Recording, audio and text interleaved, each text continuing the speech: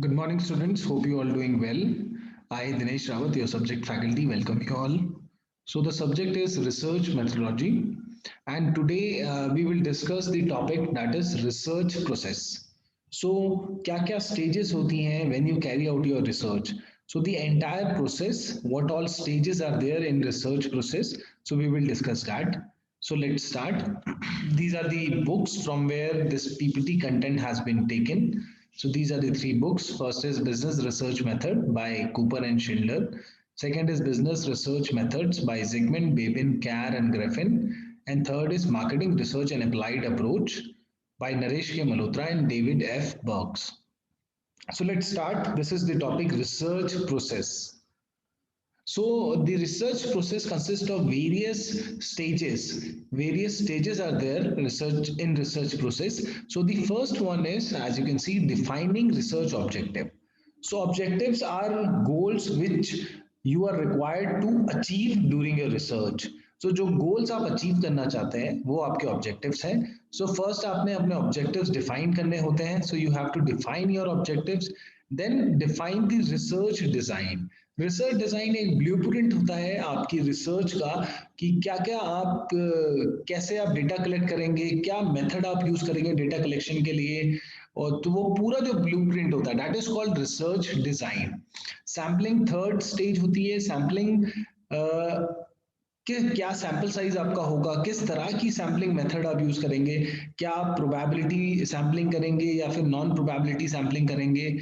Fourth जो stage होता है that is called data collection.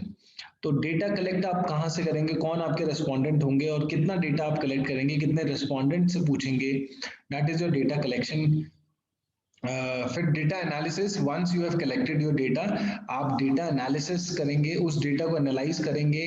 And then the last step is conclusion and reporting. So conclude करेंगे जो जो आपके रिजल्ट्स आए हैं आफ्टर एनालिसिस एंड रिपोर्ट करेंगे उन रिजल्ट्स को. So these are the stages of research, and this is called research process. This is the entire process of your research. So let's start with the first stage, that is called defining research objectives. So this is the stage 1, defining the research objectives. So research objectives क्या होते हैं? They are the goals to be achieved by conducting research. So जो भी आपके goals हैं you want to achieve during your research, that those goals are called research objectives. लेकिन जब भी आप research objectives को अचीव करते हैं उससे पहले एक कॉन्सेप्ट होता है, एक टर्म होता है दैट इज कॉल्ड प्रॉब्लम. तो आपको अपनी प्रॉब्लम डिफाइन करनी होती है. सो उस प्रोसेस को हम कहते हैं defining the managerial decision situation. So क्या डिसीजन सिचुएशन, क्या मैनेजर जो है वो किस डिलेमा में है, किस दुविधा में है, क्या डिसीजन सिचुएशन मैनेजर फेस कर रहा है. सो अ प्रॉब्लम, क्यों प्रॉब्लम को हमें डिफाइन करना होता है? Before defining our research objectives we are required to define our problem. हमें अपनी प्रॉब्लम को पहले डिफाइन करना है. और क्यों करना है? Because a problem well defined is a problem half solved. अगर आप अपनी रिसर्च प्रॉब्लम को क्लियरली डिफाइन कर पा रहे हैं तो इसका मतलब half of the problem is solved. The formulation of a problem is often more essential than its solution. So formulation of problem is very important. आपको अपनी research problem को formulate करना है and you have to be very clear when you formulate your research problem. Careful attention to problem definition allows the researcher to set the proper research objectives. So once आपके पास अपनी problem correctly define होगी तभी आप अपने research objectives को correctly define कर सकते हैं. सो इसलिए careful attention to problem definition will help the researcher to set proper research objectives. जब भी आप रिसर्च ऑब्जेक्टिव्स को डिफाइन करते हैं उससे पहले आपको अपनी रिसर्च प्रॉब्लम को डिफाइन करना है.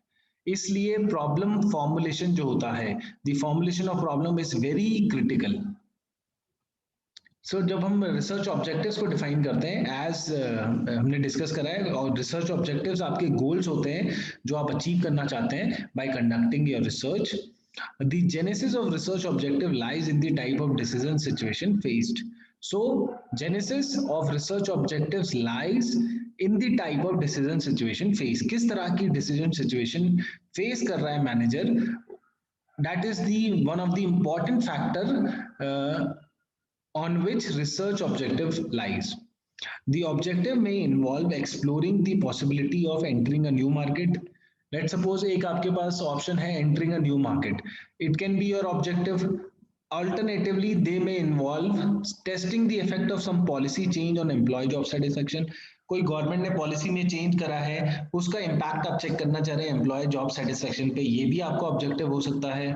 और entering into a new market and exploring new possibilities, that can also be the objective. So different तरह के objectives होते हैं आपके research में, और different types of objectives lead to different types of research design.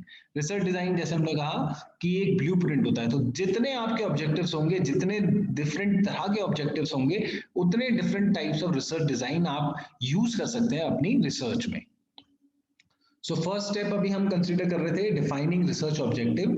इसलिए दस defining the business decision situation must preceded the research objective.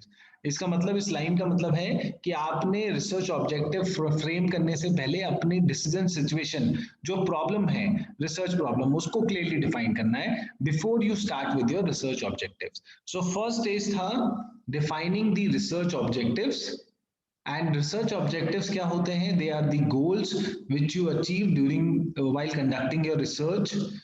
And when you frame your objectives, उससे पहले आपको अपनी problem define करनी है. So problem definition is very critical and important before you frame your research objectives. सो ये process है पूरा research का. सो जैसे आप देख सकते हैं, फर्स्ट स्टेप था डिफाइनिंग रिसर्च ऑब्जेक्टिव्स. सो आपने अपने रिसर्च ऑब्जेक्टिव्स डिफाइन करने हैं. उस पूरे प्रोसेस में आप बहुत सारी टेक्निक्स यूज कर सकते हैं. And some of the technique जैसे एक्सप्लोरेटरी रिसर्च टेक्निक आप यूज कर सकते हैं when you frame your objectives, जिसमें हिस्टोरिकल प्रीवियस रिसर्च को आप पढ़ सकते हैं, एक्सपीरियंस सर्वे, केस स्टडी. तो ये कुछ एक्सप्लोरेटरी रिसर्च टेक्निक है जिसको आप यूज कर सकते हैं while framing your research objectives. और इस स्टेज 1 को हम कहते हैं problem discovery and definition. Problem discovery जैसे नेम से ही सजेस्ट कर रहा है, जब भी आप ऑब्जेक्टिव्स फ्रेम करेंगे उससे पहले you have to define your problem correctly. So इसलिए इस प्रोसेस को हम कहते हैं प्रॉब्लम डिस्कवरी एंड डेफिनेशन. फिर second, planning the research design. क्या आपका रिसर्च डिजाइन होगा? Research design is the blueprint of your research. कौन सा मेथड आप यूज करेंगे? डेटा कलेक्शन के लिए आप इंटरव्यू के थ्रू डेटा कलेक्ट करेंगे या क्वेश्चनर के थ्रू डेटा कलेक्ट करेंगे? थर्ड स्टेज जो आती है दैट इज सैम्पलिंग. किस तरह की सैम्पलिंग आप यूज करेंगे? Fourth is data gathering. Fifth is data processing and analysis. And the last one is conclusion and reporting. कुछ और बुक्स हैं जिसमें आप देखेंगे रिसर्च प्रोसेस को, वो ऐसे भी डिफाइन करते हैं रिसर्च प्रोसेस को. स्टेज वन जैसे हमें पता है कि it is all about framing the objectives. So उसको कुछ कुछ बुक्स में you would also see like this, clarifying the research question. So clarifying the research question, जिसमें आप क्या क्या इन्वॉल्व कर रहे हैं, दैट इज मैनेजमेंट डिलेमा. क्या दुविधा है मैनेजमेंट के पास? मैनेजमेंट क्वेश्चंस, फिर रिसर्च क्वेश्चंस. तो इस स्टेज को हम नेम देते हैं क्लैरिफाइंग द रिसर्च क्वेश्चंस. इसमें आप ऑब्जेक्टिव्स फ्रेम करते हैं. कैसे करते हैं? With the help of exploration, that is exploratory techniques होती हैं, जैसे हमने इस प्रोसेस में देखा एक्सप्लोरेटरी रिसर्च टेक्निक के थ्रू. सो उसे हम एक्सप्लोरेशन भी कहते हैं. एंड स्टेज का नाम है क्लैरिफाइंग द रिसर्च क्वेश्चन. इसमें आप पहले मैनेजमेंट डिलेमा को डिस्कस करते हैं, देन मैनेजमेंट क्वेश्चन फ्रेम करते हैं, देन रिसर्च क्वेश्चंस फ्रेम करते हैं. सो इसलिए इसका नाम है क्लैरिफाइंग द रिसर्च क्वेश्चन. तो research question ultimately they become objectives. इसलिए this stage is also known as defining the research objectives. Second stage, proposal, जो आपका रिसर्च डिजाइन होगा वो आप फ्रेम करेंगे. थर्ड में आप सैम्पलिंग करेंगे, data collection. Fourth is all about data collection. Stage fifth is analysis करेंगे. और सिक्स्थ में आप रिपोर्ट करेंगे. जो भी आप रिपोर्ट करेंगे उससे management can take the decision with the help of the conclusion. So these were the few steps of research, और इसको हम कहते हैं research process. This complete is known as research process. First जो स्टेज होती है डिफाइनिंग द ऑब्जेक्टिव्स. उसको हम कभी बहुत बारी उसको हम ये भी कहते हैं, इस नेम से भी हम कहते हैं, that is clarifying the research question, जिसमें हम management dilemma, management question and research question की बात करते हैं, एंड कैसे हम क्लैरिफाई करते हैं with the help of exploration, जिसे हम कहते हैं exploratory research technique. So next class में we will discuss this in detail. Stage 1, clarifying the research question. इसको हम discuss करेंगे stage 1 को. So that is all for today. Thank you so much.